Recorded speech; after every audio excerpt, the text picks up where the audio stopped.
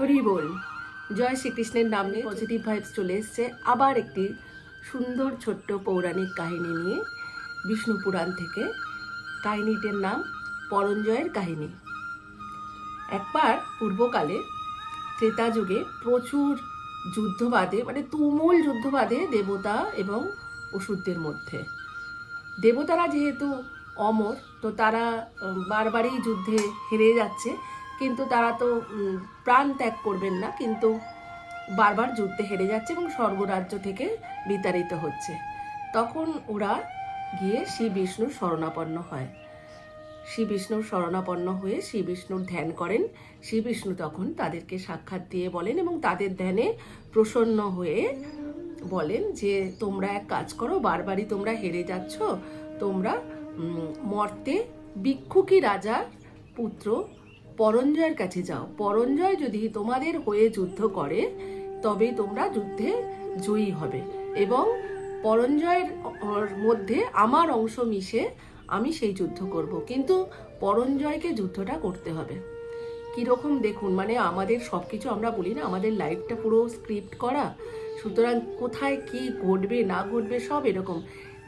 শ্রী বিষ্ণু তো নিজেই যুদ্ধ করতে পারতেন, কিন্তু ওই মর্তে পরঞ্জয় আছে, ওটাও নিশ্চয়ই একটা ছোট কোনো কাহিনী রয়েছে। ওই পরঞ্জয়ের মধ্যে আমার অংশ মিশে যাবে, সে যুদ্ধটা করবে, মানে কি সুন্দর ঘটনাবহুল দেখুন, মানে এইরকমভাবেই বলা রয়েছে।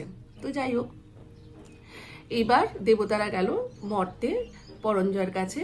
পরঞ্জয় তো প্রথমে যুদ্ধে রাজি হচ্ছিল না, অসুরদের সঙ্গে যুদ্ধ করবে না ভাবছিল, কিন্তু তারপরে দেবতারা যখন বলছেন এবং শ্রী বিষ্ণু যখন এই কথা বলেছেন তখন পরঞ্জয় রাজি হলো। কিন্তু পরঞ্জয় বলল আমি একটা শর্তে যুদ্ধ করতে পারি, যেটা হচ্ছে ইন্দ্রকে আমার বাহন হতে হবে, আমি ইন্দ্রর কাঁধে চেপে যুদ্ধটা করব, এটা পরঞ্জয় বলছেন।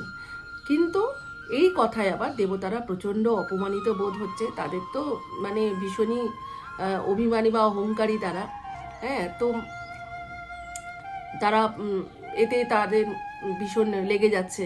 হ্যাঁ, কি আমি কিনা দেবতা, আমার কাঁধে চেপে যুদ্ধ করবে, এই রকম একটা মনোভাব। কিন্তু যখন দেখছে যে যুদ্ধ না করলেই নয়, নালে তো ভিখিরি হয়ে যাবে, একদম রাস্তায় বসবে, অসুররা পুরো স্বর্গরাজ্য নিয়ে নিয়েছে, তখন করলো কি সেই শর্তে রাজি হয়ে গেল এবং ইন্দ্রের কাঁধে চেপে সেই পরঞ্জয় যুদ্ধ করলো। এবং ইন্দ্রের কাঁধে চেপে যখন পরঞ্জয় যুদ্ধ করছে, পরঞ্জয়ের মধ্যে শ্রী বিষ্ণুর অংশ এসে মিশে প্রবল পরাক্রমশালী, একদম শক্তিশালী পরঞ্জয় যুদ্ধ করে দানবদের, অসুরদের স্বর্গরাজ্য থেকে বিতাড়িত করে এবং দেবতাদের জয়ী করে দেন।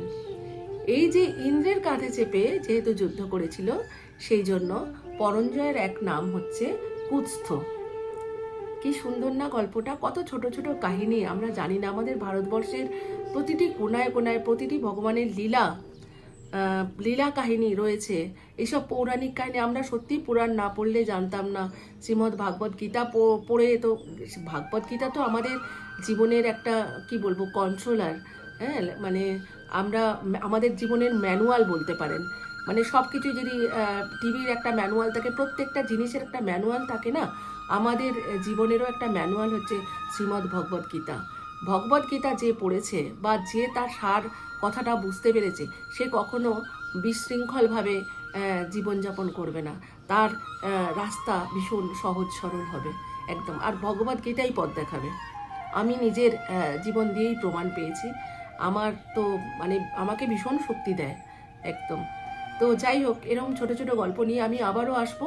আজকের ব্লগটা এখানেই শেষ করছি, আসবো পরে আবার পরের দিনের কোনো একটা গল্প নিয়ে, বিষ্ণু পুরাণ থেকেই। এখনও বিষ্ণু পুরাণটাই চলছে। ততক্ষণে আপনারা ভালো থাকবেন, সুস্থ থাকবেন আর শান্তিতে থাকবেন। আর আমার চ্যানেলটি সাবস্ক্রাইব করতে ভুলবেন না কিন্তু। যত সাবস্ক্রাইব করবেন, হ্যাঁ, তো তত লোকের কাছে পৌঁছে যাবে। এটা তো আমার একটা কি বলবো, এটা আমি তো একটা উৎসাহ নিয়ে করছি, আর আপনারা যত সেটা আমাকে যত ভালোবাসা দেবেন, আমার উৎসাহটা তত বাড়বে, আমি তত এইগুলো করতে পারবো। আপনারা শান্তিতে থাকবেন, ভালো থাকবেন, আর অবশ্যই শ্রী ভগবানের শরণাপন্ন হয়ে অবশ্যই থাকবেন। কারণ শ্রী ভগবানের কৃপা ছাড়া, শ্রী নৃসিংহদেবের কৃপা ছাড়া, জগন্নাথের কৃপা ছাড়া, করুণা ছাড়া আমরা একদমই অচল। যারা বুঝতে পারেননি এখনো, তারা প্রতিটি পদে পদে ঠক্কর খেতে খেতে চলছেন। যারা বুঝতে পেরেছেন তাদের চলার গতি একদম মসৃণ।